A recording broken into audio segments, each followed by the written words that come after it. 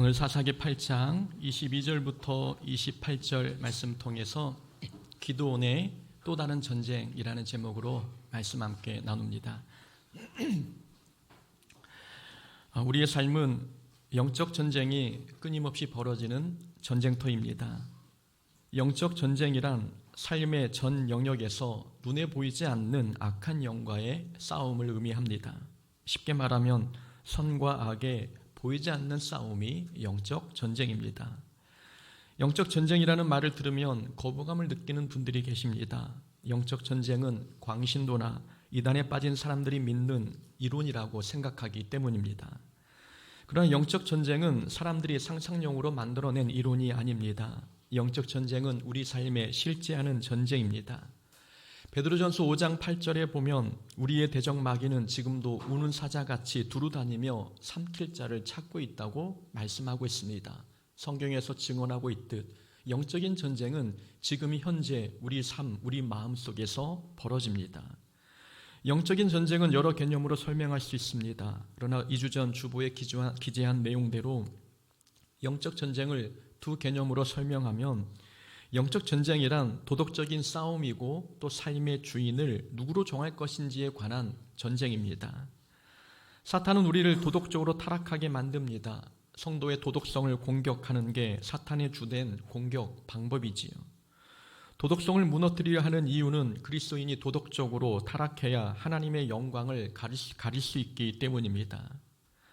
영적 전쟁에서 승리하는 건 다른 게 아닙니다. 우리가 그리스도인답게 도덕적이고 윤리적으로 사는 것, 이것이 영적 전쟁에서 승리하는 것입니다. 또한 사탄은 하나님이 우리 삶의 주인이 되지 못하도록 유혹합니다. 사탄은 우리가 하나님의 다스림을 받지 못하도록 우리를 예배 자리에서 그리고 하나님 말씀에서 멀어지게 만듭니다. 삶에 하나님보다 더 중요한 것이 많다는 생각을 불어넣어 주어서 우리로 하여금 하나님이 아닌 다른 것에 더 중요하다 생각하는 것에 집중하게 만듭니다. 우리가 예배 중심의 삶을 사는 것, 말씀 중심의 삶을 사는 것만으로도 우리는 영적 전쟁에서 승리하는 것입니다. 영적 전쟁에 관해 이야기할 때 우리는 두 가지를 기억해야 합니다. 첫째는 영적 전쟁이 활발히 일어나는 곳은 우리 마음과 생각이라는 것, 그리고 두 번째는 영적 전쟁은 순차적으로 일어나지 않고 동시다발적으로 일어난다는 것입니다. 영적 전쟁은 소복 입은 귀신과 싸우는 게 아닙니다. 그렇게 눈에 보이는 싸움이 영적 전쟁은 아니라는 말입니다. 영적 전쟁은 우리 마음에 떠오르는 부정적인 생각과 싸우는 것입니다. 전에도 말씀드렸습니다. 예전에 어떤 집사님께서 파전을 만들어 부목사실로 가지고 오셨습니다. 한 목사님께서 집사님을 칭찬하기 위해 이렇게 이야기했습니다. 집사님은 대접의 은사가 있는 것 같습니다. 집사님은 그 말에 상처를 받고 목사님을 원망하기 시작했습니다. 목사님이 자신을 부엌대기로 보고 무시했다는 것이 이유였습니다. 대접의 은사가 있다는 말은 분명 칭찬이었습니다. 그러나 집사님은 그 칭찬을 조롱으로 받아들였습니다. 사탄이 마음에 부정적인 생각을 심어 넣어준 겁니다. 목사님이 한 말, 그거는 무시한 거야. 너를 대접하는 거 말고 잘하는 게 없는 사람으로 본 거지. 사탄이 집어넣은 이 생각은 집사님을 시험들게 했고 집사님에게 이 대접하는 일은 더 이상 기쁨이 아니라 열등감이 되게 했습니다. 어떤 분은 제가 자기를 보고 웃지 않았다고 시험에 들었습니다. 저는 예배 시작 전에는 긴장 상태라 표정이 경직될 때가 많습니다. 그러나 그분은 제가 본인을 미워해서 웃지 않았다고 오해했습니다. 그런 생각을 하게 되니 그분은 예배에 나올 때마다 예배에 집중하지 못하고 제 표정에만 집중했습니다. 예배의 즐거움을 빼앗긴 것입니다. 이렇게 사탄은 우리의 마음과 생각을 공격합니다.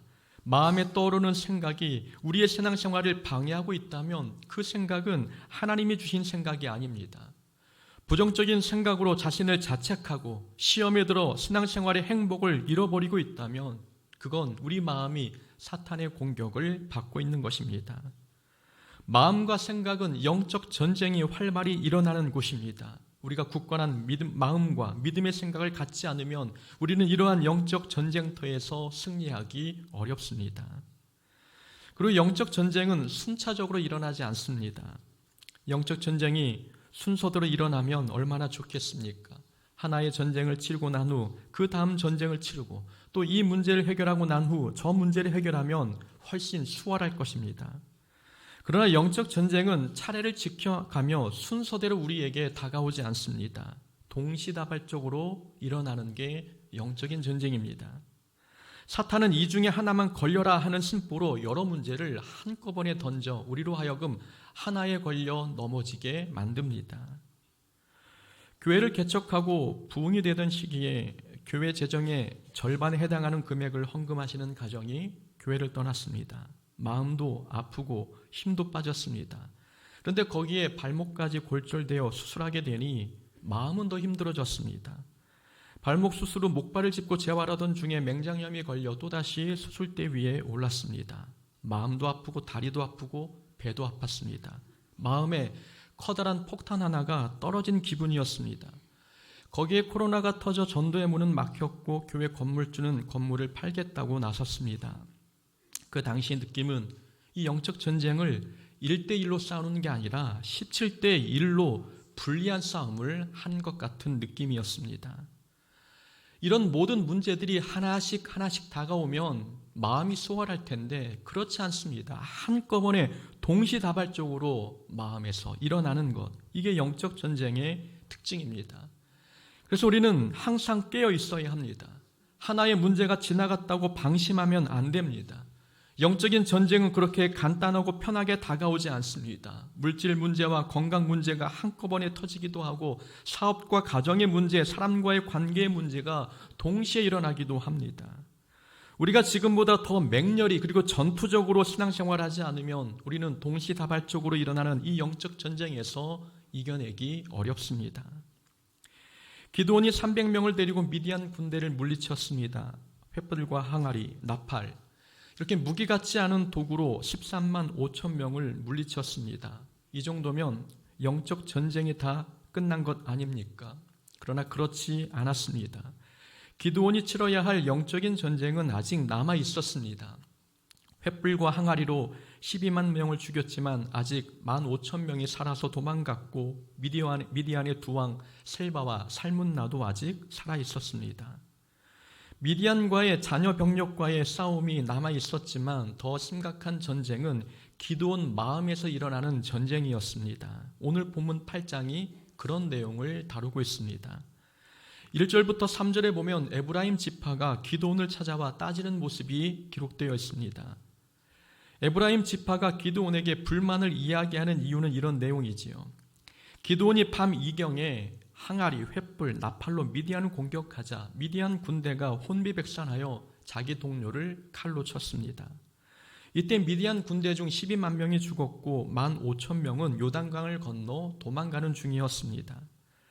미디안 군대가 도망가려면 요단강을 건너야 했는데 이때 기드온은 요단강을 끼고 거주하고 있는 에브라임 지파에게 도움을 요청했습니다. 미디안이 도망가지 못하도록 요단강을 지키도록 부탁한 겁니다. 이때 에브라임 지파는 미디안 군대의 우두머리를 할 수 있는 두 방백 오렙과 스엡을 붙잡아 죽였습니다.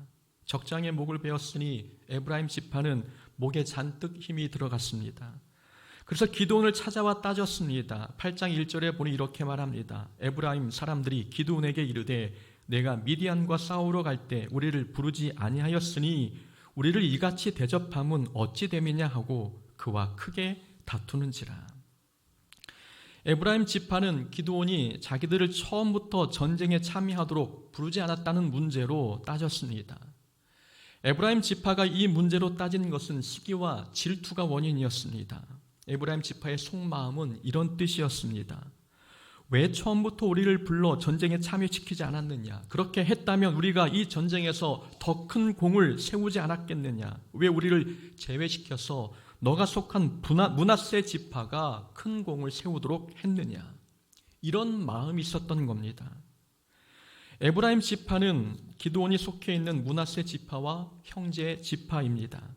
요셉의 두 아들이 므낫세와 에브라임이지 않습니까? 므낫세 지파와 에브라임 지파는 이렇게 요셉의 한 자녀이기에 다른 지파보다 훨씬 가까운 형제 지파였습니다. 그러나 에브라임 지파는 자신들이 므낫세 지파보다 훨씬 더 낫다는 생각을 가지고 있었습니다. 므낫세가 형이었지만 장자의 축복을 받은 건 동생 에브라임이었습니다. 그래서 에브라임은 동생임에도 실질적으로 장자 역할을 했던 인물입니다. 그러니 에브라임 후손들, 그 에브라임 지파가 얼마나 자부심이 컸겠습니까? 또 에브라임 지파에서 여호수아라고 하는 걸출한 리더도 나왔습니다. 솔로몬 왕 이후 이스라엘이 남과 북으로 나뉘었을 때에는 북이스라엘을 대표하는 지파가 에브라임 지파였습니다. 그만큼 에브라임 지파는 규모도 있었고 자부심도 컸고, 그래서 자기들이 언제나 늘 주인공이 되고 싶은 마음이 있었습니다. 그런데 에브라임이 볼 때에 보잘것없는 므낫세 지파가 미디안과의 전쟁에서 주인공이 되어버렸습니다. 에브라임 지파의 자존심이 허락하지 않았습니다. 기드온에게 자신들을 처음부터 전쟁에 참여시키지 않은 이유가 겉으로는 자기들에게 도울 기회를 주지 않아서 섭섭하다고 말하는 것 같지만 사실은 주도권을 므낫세 지파에게 빼앗기는 게 싫어서 화를 내고 있는 것입니다. 교회에도 우리 주변에도 이런 사람들이 있습니다. 자기가 주인공이 되고 싶은 사람들 말입니다. 굳은 일은 다른 사람이 다 했는데 뒤에서 이런저런 말로 주도권을 잡으려는 사람들 어느 곳에나 있습니다. 이런 사람을 만나실 때 우리는 어떤 마음이 드십니까? 너희들이 한 게 뭐가 있느냐? 기껏 도망가는 패잔명 우두머리를 죽여놓고 마치 너희들이 중요한 일 다 한 것처럼 착각하는데 목숨 걸고 고생한 사람은 우리야. 미디안과 전쟁하고 있다는 거 너희들이 몰랐을 리 없잖아. 일부러 전쟁에 참여하지 않아 놓고 우리가 다 이겨놓으니까 이제 와서 이 공로를 가로채려고 해. 너희들이 참여했어도, 이 전쟁에 참여했어도 어차피 300명만 남고 다 돌아갔어야 한다고. 다른 사람들은 목숨 걸고 헌신했는데 너희들은 기껏 주도권을 잡지 못한 일로 우리와 다투려고 하느냐. 기드온은 이렇게 사실관계를 따져 면박 주고 싶은 마음이 들지 않았겠습니까? 그런데 기드온은 다르게 대답했습니다. 2절 말씀이지요. 내가 한 일이 너희가 한 일에 비교가 되겠느냐? 에브라임의 끝물 포도가 아비에셀의 만물 포도보다 낫지 아니하냐? 아비에셀은 기드온이 속한 므낫세 지파의 한 가문을 뜻합니다. 에브라임의 끝물 포도가 아비에셀의 만물 포도보다 낫지 아니하냐. 이것은 에브라임 지파가 두 방백을 죽인 그것이 기드온이 미디안 군대 전체를 죽인 일보다 훨씬 낫다는 말입니다. 3절 마지막을 보니 기드온이 이 말을 하매 그들의 노여움이 풀리니라 라고 말씀하고 있습니다. 기드온의 겸손한 말 한마디가 분열 위기에 놓인 공동체를 다시 화목하게 만들었습니다. 우리는 여기서 교훈을 삼아야 합니다. 주도권은 빼앗겨도 겸손만큼은 빼앗기지 않아야 합니다. 에브라임 지파가 기드온에게 걸어온 싸움은 겉으로는 주도권 싸움처럼 보입니다. 표면적으로는 그렇게 보여도 사실 이 전쟁은 겸손을 지킬 것이냐 아니면 빼앗길 것이냐의 영적 전쟁입니다. 우리가 마음속에서 수없이 겪고 있는 영적 전쟁이 바로 이런 것 아니겠습니까? 주도권을 잡을 것인가 아니면 주도권과 공로를 내주고 내가 겸손을 지킬 것인가? 우리는 이런 싸움에 직면할 때가 많습니다. 겸손을 지키자니 아무것도 하지 않은 사람이 모든 공로를 가져갈 것 같고 내가 주도권을 지키기 위해 싸우면 겸손을 잃어버리고 공동체도 와야 될 것 같습니다. 이런 상황에서 무엇을 지키는 것이 영적 전쟁에서 승리하는 길일까요? 사람들은 주도권을 빼앗기면 졌다고 생각합니다. 그래서 어떻게 해서든 잘잘못을 따져가며 주도권을 지켜내려고 합니다. 그러나 기드온은 옳고 그름을 따지지 않고 에브라임 지파의 모든 공로를 높여주었습니다. 에브라임의 끝물 포도가 므낫세의 만물 포도보다 낫다. 이 말로 에브라임이 정말 중요한 일을 해줬다며 에브라임의 공을 축혀 세워 주었습니다. 기드온은 전쟁의 공로를 에브라임에게 돌렸고 본인은 겸손함을 지켜냈습니다. 주도권을 빼앗기는 건 지는 게 아닙니다. 겸손을 잃어버린다면 그것이야말로 진짜 패배한 것입니다.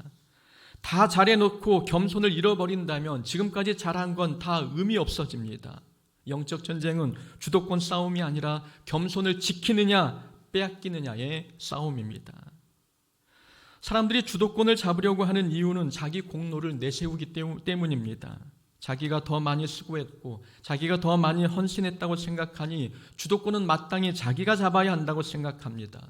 내가 세운 공이 있는데 아무것도 하지 않은 사람이 주도권 행세를 하려고 하면 참지 못합니다.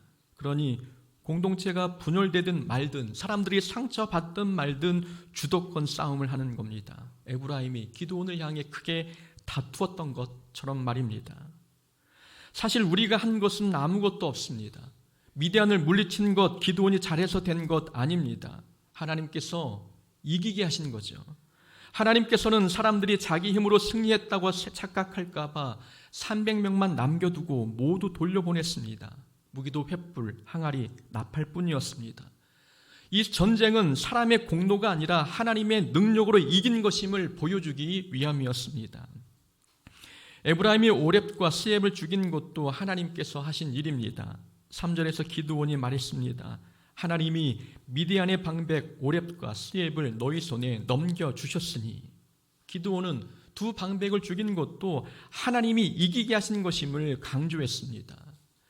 기드온은 누가 더 수고했는지, 누가 더 고생했는지, 누가 더 힘들었는지 그걸 따져서 주도권 싸움을 하고 싶지 않았습니다. 어차피 사람이 자기 힘으로 한 것은 아무것도 없기 때문입니다. 자랑할 것도 내세울 공로도 없음을 기드온은 너무나 잘 알고 있었습니다. 우리가 한 일들, 우리 힘으로 한 게 아무것도 없는 것입니다. 하나님께서 돕지 않으시면 우리는 아무것도 할 수 없는 연약한 존재들 아닙니까? 우리가 한 게 아무것도 없는데 우리 공로를 내세우며 내가 이만큼 고생했으니 어느 정도의 주도권을 갖는 게 당연하다고 주장하는 것, 무슨 의미가 있겠습니까? 하나님이 하신 일, 하나님의 공로를 우리가 대신 그 공로에 힘입어 주도권을 잡는 게 하나님 보실 때에 옳은 모양새이겠습니까? 중요한 것은 주도권을 잡는 게 아니라, 주인공이 되는 게 아니라 겸손을 지키는 것입니다. 우리가 당한 영적 전쟁의 핵심은 겸손을 사수하느냐 뺏기느냐입니다. 우리는 사탄의 속임수에 넘어가지 말아야 합니다. 너가 그래도 고생한 게 있는데 저 사람이 주인공이 되는 게 맞아? 이런 말로 겸손을 빼앗으려는 사탄의 꿰매 넘어가지 말고 겸손을 지켜 영적 전쟁에서 승리해야 합니다. 겸손을 지키는 방법은 무엇이겠습니까? 겸손을 지키는 방법은 그렇게 어렵지 않습니다. 말 한마디면 충분합니다. 내가 한 일이 어찌 능히 너희가 한 것에 비교가 되겠느냐? 기드온은 이 말 한마디로 겸손을 지켰습니다. 겸손을 지키는 방법은 딱 하나, 말을 겸손하게 하는 겁니다. 말은 그 사람의 마음을 보여주는 겁니다. 그래서 겸손하게 하는 그 말은 그 사람이 겸손함을 보여주고 있는 겁니다. 나는 그의 신발끈을 풀기도 감당하지 못하겠노라. 세례 요한의 이 말 한마디로 인해서 세례 요한이 얼마나 겸손한 일꾼인지 알 수 있습니다. 세례 요한은 예수님이 등장하시기 전까지 사람들에게 꽤 인기가 많은 영적 지도자였습니다. 그러나 예수님이 등장한 후에 많은 사람들, 특히 세례 요한의 제자들 중에도 예수님을 따라다니는 사람들이 생겨났습니다. 모든 인기가 예수님께 쏠리게 되는 상황이었습니다. 그럴 때도 세례 요한은 겸손을 잃어버리지 않았습니다. 그의 말 한마디, 나는 그의 신발끈을 풀기도 감당하지 못하겠노라. 겸손한 말이 세례 요한의 겸손한 모습을 보여주었습니다. 주신 이도 여호와시요 거두신 이도 여호와시오니 여호와의 이름이 찬송을 받으실지니라. 욥의 이 겸손한 말을 통해 욥이 얼마나 겸손한 사람인지 보여줍니다. 주여 올소이다마는 개들도 제 주인의 상에서 떨어지는 부스러기를 먹나이다. 가나안 여인의 겸손을 보여주는 말입니다. 겸손을 지키는 방법은 말입니다. 행동보다도 우리가 겸손하게 말을 할 때 그 말을 통해 우리의 마음이 얼마나 겸손한지 하나님은 가늠하십니다. 쉬운 일만 하고 주인공이 되고 싶어하는 사람을 만났을 때 우리는 어떤 말을 하고 있습니까? 누군가 나의 공로를 빼앗아 가려고 할 때 우리는 무슨 말을 합니까? 내 잘못도 아닌데 사람들이 나에게 따져들 때 우리는 그 사람에게 어떤 말을 해주고 있습니까? 우리 입에서 나오는 말을 보면 우리가 겸손을 지켰는지 겸손을 잃었는지 알 수 있습니다. 내 입에서 나오는 말을 통해서 내가 영적 전쟁에서 승자인지 패자인지를 가늠할 수 있다는 말씀입니다. 눈에 보이는 적 미디안하고의 싸움만 영적 전쟁이 아닙니다. 겸손을 빼앗으려는 보이지 않는 싸움도 우리가 치러야 할 영적인 전쟁입니다. 주도권과 모든 공로를 다른 사람들에게 다 빼앗겨도 겸손한 만큼은 잃지 않아야 우리가 승리하는 것입니다. 기드온은 겸손을 빼앗길 뻔했던 영적 전쟁을 잘 극복해냈습니다. 그러나 기드온의 영적 전쟁은 거기서 그치지 않고 또 다른 형태의 모습으로 이 전쟁에 나타났습니다. 강력한 유혹은 언제나 성공 뒤에 찾아오듯 새로운 형태의 영적 전쟁은 기드온이 미디안의 두 왕을 죽인 후에 찾아왔습니다. 기드온이 미디안과의 모든 전쟁을 승리로 이끌자 사람들이 기드온에게 왕이 되어달라고 부탁했습니다. 22절 말씀이지요. 그때의 이스라엘 사람들이 기드온에게 이르되 당신이 우리를 미디안 손에서 구원하셨으니 당신과 당신의 아들과 당신의 손자가 우리를 다스리소서. 왕이 되어달라는 부탁은 기드온을 위험에 빠지게 하는 커다란 유혹이었습니다. 기드온이 왕이 된다면 그건 하나님의 자리를 빼앗는 행위가 되어버리는 것입니다. 사사기 전체에 흐르고 있는 주제는 우리의 진정한 사사는 오직 하나님이시다. 이것이 사사기 전체에 흐르고 있는 주제입니다. 이스라엘은 오직 하나님만이 다스리겠다고 말씀하고 있는데 기드온이 만약 왕이 된다면 그건 하나님의 자리를 가로채는 것입니다. 그래서 기드온은 왕이 되어달라는 부탁을 거절했습니다. 23절 말씀입니다. 내가 너희를 다스리지 아니하겠고 나의 아들도 너희를 다스리지 아니할 것이요 여호와께서 너희를 다스리시리라. 23절이 사사기 전체의 핵심 주제 성구입니다. 내가 너희를 다스리지 아니하겠고 나의 아들도 너희를 다스리지 아니할 것이요 여호와께서 너희를 다스리시리라. 기드온은 하나님 자리를 탐하게 만드는 유혹과 싸워 이겼습니다. 높아지려는 욕망과의 전쟁에서 이긴 것입니다. 그러나 여기까지는 기드온이 참 잘했습니다. 그러나 문제는 기드온이 에봇을 만들었다는 점입니다. 에봇은 대제사장이 입는 옷으로 하나님 앞에 나아갈 때 입었습니다. 그리고 이 에봇은 하나님의 뜻을 묻는 신탁의 도구로도 사용되었습니다. 24절에 보니 기드온은 백성들에게 금 귀고리를 가져오도록 했습니다. 다 걷어보니 금 귀고리가 1700세겔 곧 20kg 정도가 되었습니다. 기드온은 그 금으로 에봇을 만들어 자기 성읍인 오브라에 두었습니다. 기드온이 이 에봇을 만든 이유는 전쟁에서 승리케 하신 하나님을 기념하기 위함이었습니다. 의도는 선하고 좋았습니다. 그러나 문제는 기드온이 이 에봇을 자기 집에 두었다는 겁니다. 승리를 기념하는 상징적인 에봇을 기드온 집에 두었다면 백성들이 에봇을 보면서 누구를 기억하겠습니까? 하나님이겠습니까? 300명으로 미디안을 이긴 기드온을 기억하겠습니까? 하나님을 기억하게 하려고 만든 에봇이 결국 기드온을 기억하게 만드는 도구가 되었습니다. 27절에 이스라엘 민족이 에봇을 음란하게 사용했다라는 말씀이 나옵니다. 기드온이 만든 에봇을 음란하게 사용했다는 말은 에봇이 하나님을 대신하는 우상이 되어버렸다는 뜻입니다. 기드온이 에봇을 금으로 만들어 자기 집에 둔 행위는 결과적으로 이스라엘 백성들이 하나님의 뜻을 묻기 위해 실로에 가는 그 발걸음을 방해한 행위가 되었습니다. 하나님께 가지 않고 기드온 집으로 오는 겁니다. 금으로 만든 에봇이 있는 집에 와서 그 에봇을 향해 뜻이 무엇인지 물었던 겁니다. 기드온은 왕이 되지 않겠다고 말을 했습니다. 그러나 결국 에봇으로 인해 하나님께로 향해야 할 백성의 마음을 자기 자신에게로 향하도록 했습니다. 이건 하나님의 자리를 빼앗은 것과 다름없는 행동입니다.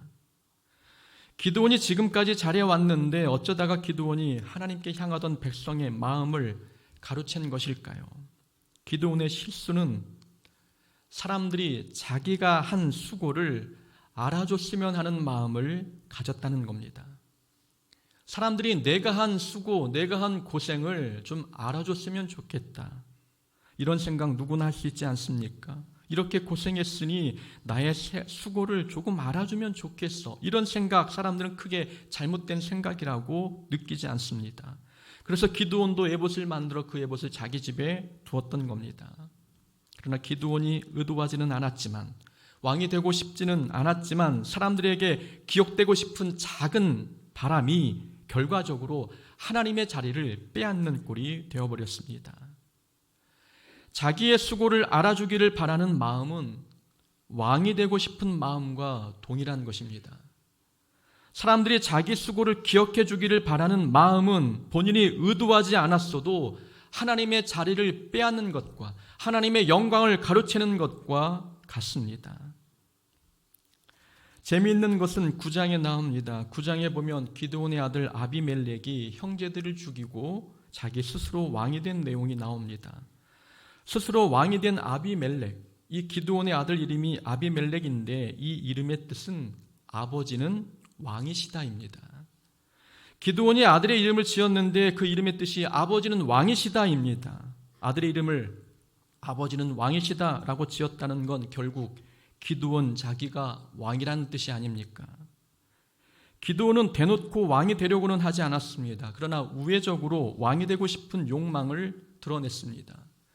이 욕망은 사람들에게 기억되고 싶었던 작은 마음이 점점 자라서 생긴 결과입니다. 처음에는 왕이 되려는 마음은 없었어도 사람들이 알아줬으면 하는 마음이 점점 시간이 지나 왕이 되고 싶은 욕망으로 성장한 겁니다. 자기의 수고를 알아주기를 원하는 마음은 왕이 되고 싶은 마음과 그 뿌리가 같습니다. 우리 마음은 그래서 드러내려는 마음과 감추려는 마음의 전쟁터입니다.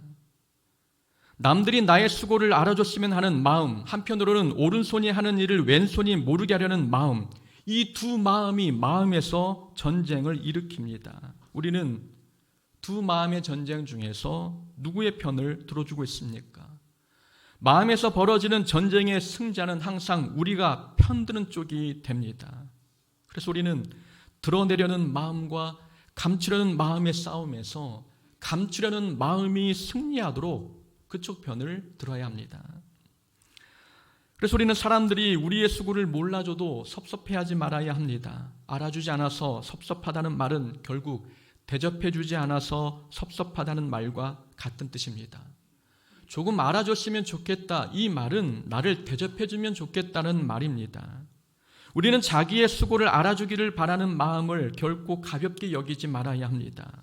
사람들은 사탄은 우리에게 속삭일 것입니다. 너가 높은 자리를 원하는 것도 아니잖아. 너가 큰 거 욕심낸 것도 아니고 너가 고생한 거 조금 알아달라는 것뿐 아니겠어? 우리는 이런 우리의 작은 바람이 그렇게 큰 잘못이라고 생각하지 않습니다. 그러나 사탄은 처음부터 큰 것으로 우리를 유혹하지 않습니다. 왕의 자리를 주겠다고 하면 우리는 거절할 게 뻔하니 대신 작은 씨앗을 마음에 심어놓습니다. 자기의 수고를 알아주기를 바라는 마음, 남들이 나의 헌신을 기억해 주기를 바라는 이 마음의 씨앗을 우리에게 뿌려놓습니다. 사람들은 그 정도는 욕심이 아니라고 생각하기에 대수롭지 않게 넘깁니다. 그러나 모든 큰 죄는 작은 욕심에서 시작됩니다. 알아주길 바라는 마음이 점점 자라서 대접받고 싶은 마음이 되고 대접받고 싶은 마음은 더 자라서 영광을 얻고 싶어집니다. 결국 그 마음이 하나님의 자리를 빼앗는 결과를 초래하게 됩니다. 사람들이 우리의 수고를 기억해 주지 않아도 하나님은 다 기억하십니다. 사람들이 기억하지 않아도 우리는 섭섭할 필요가 없습니다. 사람들의 칭찬과 인정은 우리의 수고에 대한 정당한 보상이 되지 못합니다. 사람들의 칭찬과 인정이 우리의 영혼을 만족시켜 줍니까?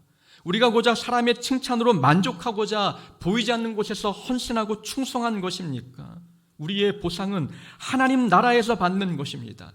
하나님 나라의 영원한 상급이 우리에게 주어질 때 그 상급이 우리의 영혼을 만족시켜 주는 것입니다.